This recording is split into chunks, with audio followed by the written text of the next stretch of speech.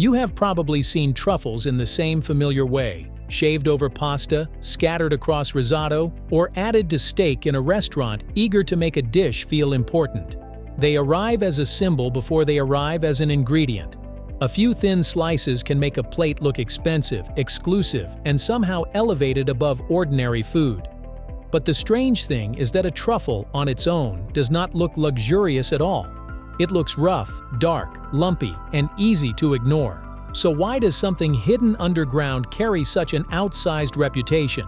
What is a truffle actually supposed to be, and why can something so small cost so much? To answer that, we have to stop treating truffles like a status symbol and start looking at the natural system behind them. Let's get into it right here on Secrets of Simple Things.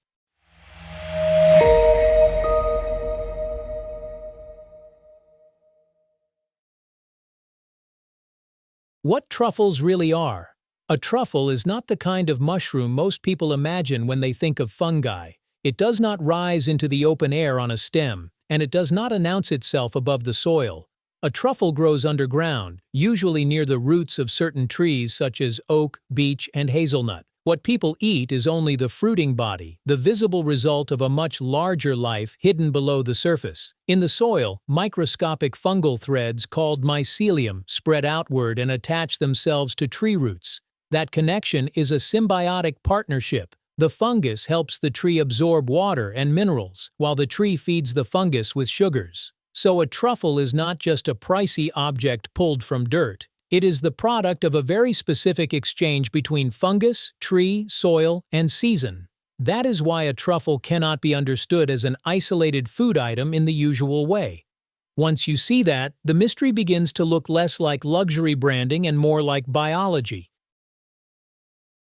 What makes truffles special is not how they look, but how they smell. If truffles were judged by appearance alone, they would never have become famous. Their value comes from aroma.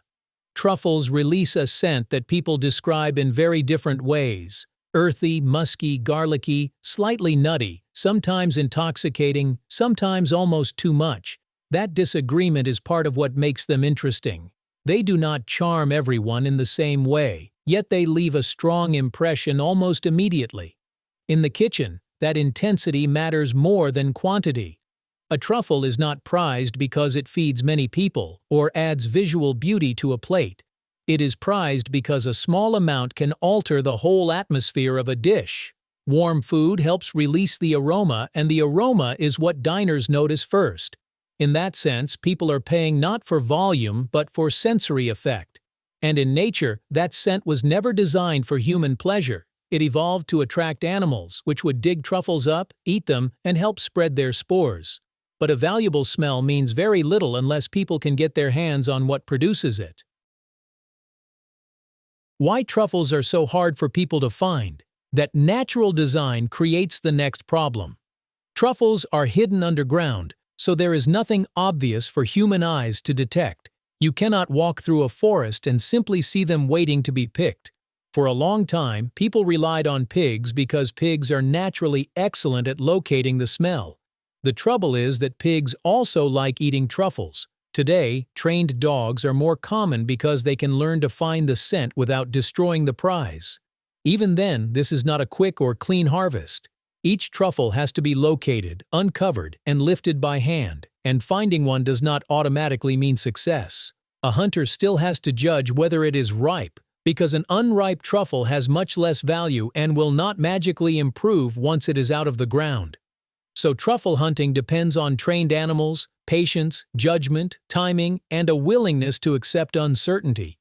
It feels less like farming in neat rows and more like searching for buried treasure that may not even be ready when you find it. And once that work enters the picture, the price starts to feel less mysterious and more inevitable. What else drives the price so high? The answer is not one dramatic reason, but several limiting conditions tightening at the same time. Truffles are rare because they do not grow everywhere. They need the right tree, the right soil, the right moisture, and the right climate, and even then there is no guarantee of a good harvest. They are unstable because a small shift in rainfall or temperature can sharply reduce supply. They are slow because they take years to develop, so growers cannot simply produce more when demand rises. They are seasonal because they appear during a limited window rather than all year long.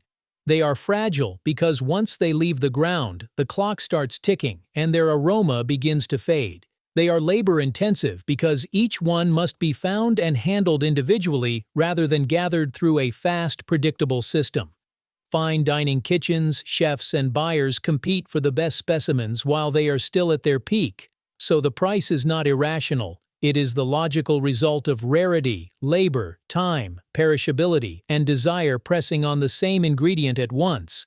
Even so, price is only part of the misunderstanding. The other part begins when people think they already know what truffle tastes like. The truth many people do not know about truffle flavor. Many people assume they already know truffle because they have tasted truffle oil, truffle chips, truffle fries, or bottled sauces. But that familiar truffle smell often does not come from fresh truffles at all. Many cheaper products rely on synthetic aroma compounds that imitate one recognizable part of the truffle experience and turn it into a stable flavor profile. That means the version most people know may be less like a real truffle and more like an industrial shortcut built around one slice of its aroma. This does not mean every truffle product is fake or that every packaged version is dishonest. It means the market has created a large gap between real truffles and truffle-flavored products. Once that gap exists, people can believe they understand truffle without ever encountering the fresh ingredient in its original form. That misunderstanding matters because it shapes expectations before the real experience begins. And once those expectations are in place, the next surprise becomes easier to understand. Real truffles do not necessarily taste as strong as people expect. Because truffles carry such a dramatic reputation, many people expect the flavor itself to be overwhelming. But the actual experience is often more delicate than the smell suggests. The aroma can be intense, even startling, while the taste unfolds more quietly. Earthy, slightly nutty, deep, and sometimes more savory than an ordinary mushroom. That difference matters. Truffles are not special because they work as a standalone food eaten for quantity or richness on their own. They are special because of what happens when they meet heat.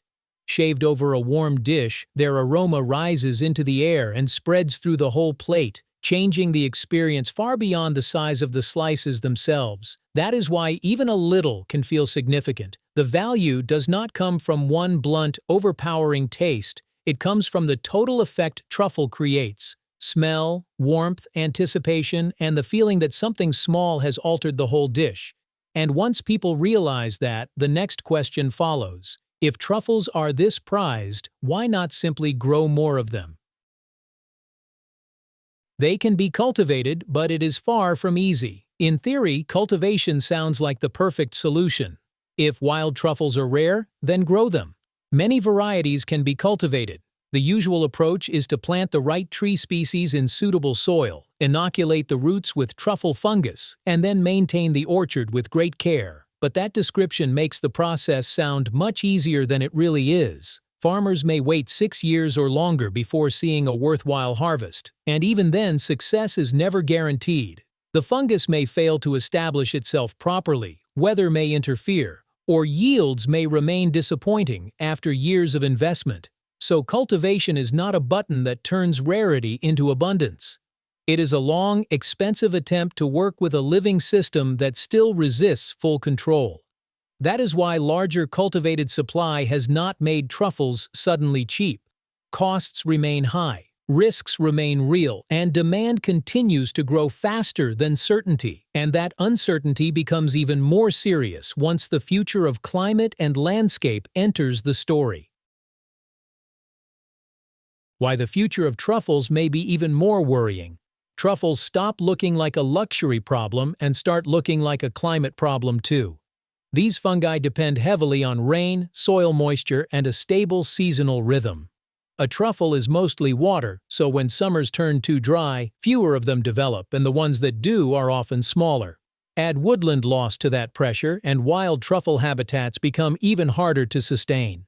In some traditional regions, the conditions that once supported strong harvests are already becoming less reliable. If that pattern continues, places long associated with truffles may slowly lose their advantage, while suitable growing zones shift elsewhere.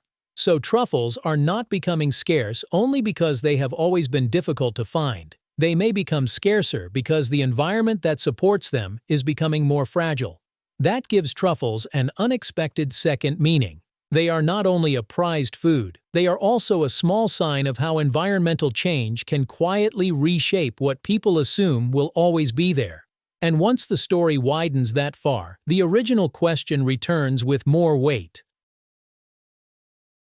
A small shaving of truffle carries far more than flavor. By the end of the story, the price of truffles looks less like a gimmick and more like a compressed version of everything behind them. They are expensive not simply because elegant restaurants use them to signal refinement. They are expensive because they sit at the intersection of nature, time, labor, uncertainty, perishability, and a fragile environment. A small shaving of truffle carries more than flavor. It carries a hidden partnership between fungus and tree, the patience of years, the difficulty of finding it underground, the care of lifting it by hand at the right moment, and a value that begins fading almost as soon as it is exposed to air. That is what makes truffles feel so disproportionate. Something tiny, rough, and easy to overlook ends up representing an entire system that is difficult to reproduce and even harder to control.